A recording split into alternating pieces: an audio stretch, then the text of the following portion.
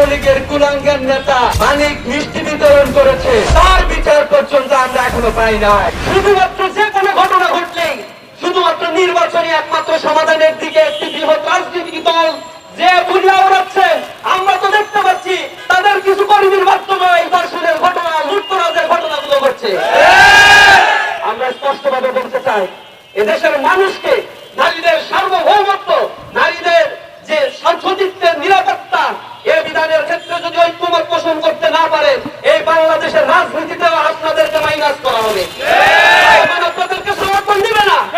জনগণের পালস বোঝার চেষ্টা করে, জনগণের নিরাপত্তার জন্য রাজনীতিবিদরা ঐক্যমতে আসা। আমরা তরুণ সমাজ এই দৃশ্যই এই বাংলাদেশে দেখতে চাই। এদেশে কোন হত্যা, খুন, গুম, কোন ধর্ষণের সংস্কৃতি এই যুব সমাজ, এই তরুণ প্রজন্ম আর দেখতে চায় না। ধর্ষণের ঘটনাগুলো নীরবে নিভৃতে ঘটে যাচ্ছে। কত মেয়ের ভোলা কান্না, চোখের পানিতে এই জমিন সিদ্ধ হচ্ছে, তার কোন হদিস আমাদের জানা নাই। এই ধর্ষণের ঘটনার জন্য শুধুমাত্র আইনকে শক্ত করা একমাত্র সমাধান নয়। আমরা বলছি অশ্লীল কালচার যে ওটিটি প্ল্যাটফর্মের মাধ্যমে ফ্রি সেক্স লিভিং টুগেদার কথা এই সমাজ ব্যবস্থাকে পিছিয়ে তুলেছে। অক্টোপাসের মতো চারিদিকে যে অশ্লীল তারই এক প্রতিচ্ছবি এই লজ্জিত সেই ধর্ষণ। আমরা লজ্জিত। এদেশের শিক্ষা কাঠামোকে যাবে সাজাতে, এদেশের কালচারাল সিস্টেমকে নতুন ভাবে চিন্তা করতে হবে। একটা করাপ্টেড এডুকেশন সিস্টেম দিয়ে কখনো একটি সোসাইটিতে এ জাতীয় কর্মকারী অপকর্মগুলো বন্ধ করা সম্ভব। ওই পেট পোষা, এই বিদেশি সংস্কৃতি আমাদের এই প্রাচ্যে ধার করে নিয়ে এসে এ দেশের সাংস্কৃতিক ব্যবস্থাকেও করাপ্টেড এবং কালচারাল ব্যবস্থাকে ধ্বংস করার জন্য একটি সম্প্রদায় উঠে করে লেগেছে। আমরা এর তীব্র নিন্দা এবং প্রতিবাদ জানাই। আমাদের মায়ের জাতি, আমাদের বোনের জাতি, নারীদের সংগ্রামের নিরাপত্তা নিশ্চিত করার জন্য ইসলামী ছাত্র শিবিরের প্রতিটি কর্মী একটা জনতন্ত্র প্রহরী হিসেবে দায়িত্ব পালন করবে ইনশাআল্লাহ। ইসলামী ছাত্র শিবির এ জাতীয় কোনো অপকর্মের সাথে জড়িত হয় না, বরং এর তীব্র প্রতিবাদ। যাদেরকে গ্রেফতার করা হয়েছে 2 দিন পরে নীরবে নিবৃত্তে আমরা যেন দেখতে না পাই, তাদেরকে আবার জামিন দিয়ে ছেড়ে দেওয়া হয়েছে। দোষী যেহেতু আইডেন্টিফাইড হয়েছে, শাস্তি যেহেতু নির্ধারিত রয়েছে, অতি দ্রুত প্রায়োরিটির ভিত্তিতে ট্রাইব্যুনালে এই কেসগুলোর সমাধান করার জোর দাবি রেখে আজকের এই মানববন্ধন কর্মসূচি এখানেই সমাপ্ত। শিশু আসিয়াকে ধর্ষণ করা হয়েছে।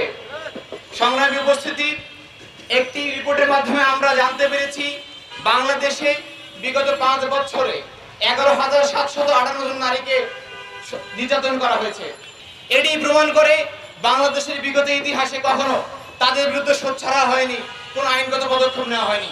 এই আইনগত পদক্ষেপ নিলে এতগুলো ধর্ষণের ঘটনা কখনো ঘটতে পারতো না। সংগ্রামী উপস্থিতি, আপনারা জানেন এদেশের আর্থসামাজিক উন্নয়নে, পরিবার এবং সমাজ গঠনে, জ্ঞান বিজ্ঞান চর্চায় এবং জাতীয় সংকট নিরসনে নারীদের অনবদ্য ভূমিকা রয়েছে। আমরা দেখেছি জুলাই অভ্যুত্থানে নারীরা আমাদের সাথে সম্মুখ সারিতে লড়াই করে অসংখ্য শহীদ হয়েছেন।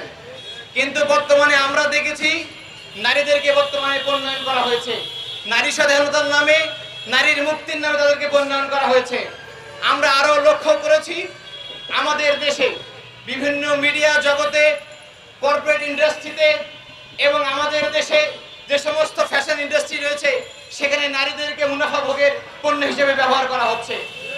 আমরা বলতে চাই, আমরা স্পষ্ট করে বলে দিতে চাই, শুধুমাত্র এই নামমাত্র আইনগত পদক্ষেপ দিয়ে এ ধরনের বৈষম্য বন্ধ করা হবে না।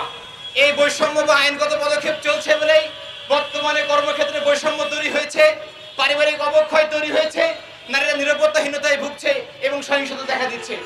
আজকের এই মানববন্ধন থেকে আমরা এই আহ্বান জানাতে চাই, অনতিবিলম্বে ধর্ষকদেরকে গ্রেফতার করে এমন শাস্তির ব্যবস্থা করতে হবে বাংলাদেশে বিগত আগামী দিনে কেউ কখনো ধর্ষণের কথা আর যেন চিন্তাও করতে না পারে।